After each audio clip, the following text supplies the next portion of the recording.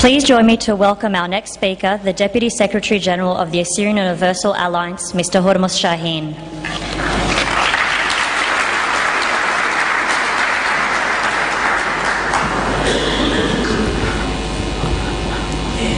I'll say a few words in Assyrian first. Dotanute marmel zaya مطرب خلطت إيتان قدشتا كهنا يقيرة آخنواتا مشتعلانت جبا شوتاسا آتوراي هدير لخا بنون بناتت أمتا آتوريتا يقرر بجور القديا قابلوخن يوخ بشينا كلوخن لخا يدها أوانا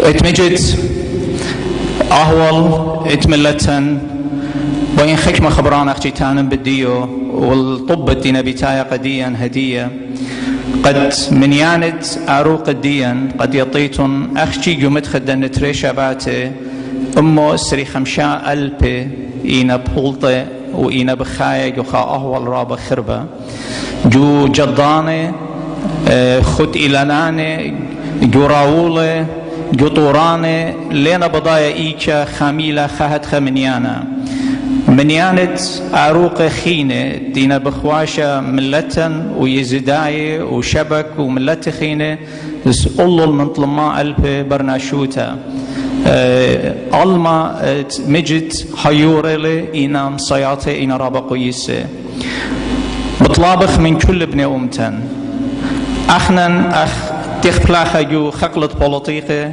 بجربخ تقتق اخترانت حكمة خدمة بخيلت على إتلان خطبقتا جو كامبرا إينا بطلبخ من نوخن كلوخن إيدا جو إيدا متيتون هيريتون ملتن كود خبيتوتا جو دا أطرا جارك مخي خبيتوتا سنقتا جوارات أوهاتي جارك خيرخ تريشو تاسد إتلان إينا أسيرو وإتلان أيد سوسايتي أن تريشو تاسي وإنا ممطوية هيرياتي قملتن جارك كلن متخ إيدا بإيدا وسندخ بن أمتن قدا جيتشا صوانا دينا وارجاو ومن دخينا إلي إذا انتينا مارا تقلياتي بي أو دي بروتست كلهم هيريتون سنديتون سبب دانيلا كمت قالم بالت بوش قصة بت بيشا مشميتا الله اتلي هيوي آها إجرتا بتقبليتون لمنن His Beatitude, Mar Melizaya, Reverend Fathers, Honorable guests, ladies and gentlemen, on behalf of my colleagues, the Executive Board member of the Assyrian Universal Alliance Australian Chapter, it gives me great pleasure and honor to welcome you all to this evening seminar commemorating the Assyrian Martyrs and Genocide Remembrance Day. I thank most sincerely the young Assyrians of the AUA for organizing this conference. I am thankful for the presence of representatives from the three levels of federal, state, and local government offices. I extend a special appreciation to our main speakers, Dr. Panayotis Diamadis and Mr. Blair Bagod. I also thank Armenian, Greeks, Coptics, Assyrian, and Faith and Freedom representative and the Jewish representative for their presence here tonight. During World War I, the Ottoman Empire, the last Islamic Caliphate, carried out its infamous ethnic cleansing against the Greeks, the Armenians, and the Assyrians. Millions of indigenous ethnic souls perished as a result of the savagery of the Ottoman Turks and Kurds. As a result of this genocide, the Assyrians lost all their territories within the borders of modern Turkey. At least 750,000 Assyrians, 1.5 million Armenians, and 500,000 Greeks from the Pontus region were exterminated in unbelievably horrific scenes of massacre and deportations. Hundreds of thousands of women and children were abducted and forced into Turkification, Kurdification, and Islamization.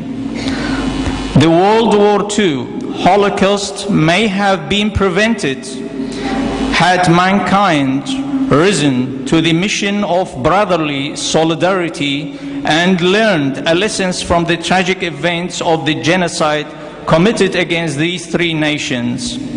Preventing such acts in the future, but the world chose to focus on different outcome. The reflection of the weakness of the world's attention and responsiveness that is still feeding the aftermath of that genocide. In recent years, history is repeating itself for the Assyrian nation. Our people are systematically driven out from our ancestral lands in Iraq and Syria. They have been subjected to gross violations of human and legal rights. Murder, rape, assault, and forced conversions to Islam have become commonplace as armed death squads attempt to force Assyrians out of their time immemorial habitats. Exactly 100 years after the Ottoman Empire's caliphate government started its campaign of ethnic cleansing in 1914 against its Christian population, nearly half a generation later, on 7th of August 1933, over 6,000 defenseless Assyrians were massacred because they demanded their rights. Today, over 100,000 of Iraqi's dwindling Christian population has been forcibly displaced over a very short period of time. The jihadists have moved in swiftly and forcibly to claim several Christian towns, forcing tens of thousands of people to flee. Women, children, and the elderly have left their homes and are continually on the move, seeking safety for their lives. We have been informed by our representative in the region that the situation continues to go from bad to worse.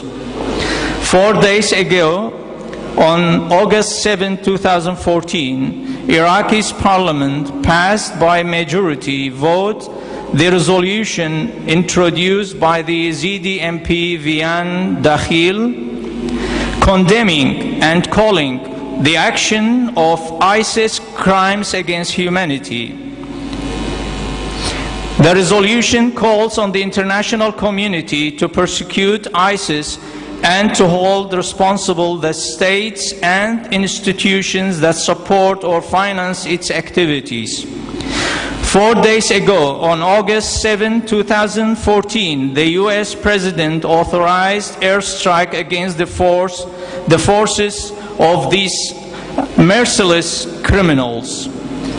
We hope that more countries will follow suit, demonstrating that the world has awakened to the real threat this evil poses not only to the Christians of Iraq, but to others in the region and worldwide. The Assyrian, Armenians, and the Pontic Greeks have been crying out for justice against the atrocities committed against them a century ago. Our voices had fallen on deaf ears. For the longest time, until the advancement in the telecommunication could show in real time what our people have lived through with little or very controlled news of that tragic era. Having witnessed the atrocities of the caliphate in the making, this time the world sees and understands. This time we demand justice and apology that has been long overdue. This time we demand protection. This time we demand a safe haven for our people. Therefore, we call upon you, our esteemed member of federal and state parliament, to support demonstrably our demands for a safe haven for our people on our ancestral lands in northern Iraq. Let justice be done, souls consoled, broken hearts mended, nation reconciled, and honor given to all those who perished so needlessly during a dark hour in mankind's recent history. Glory and honor to our martyrs. Thank you very much.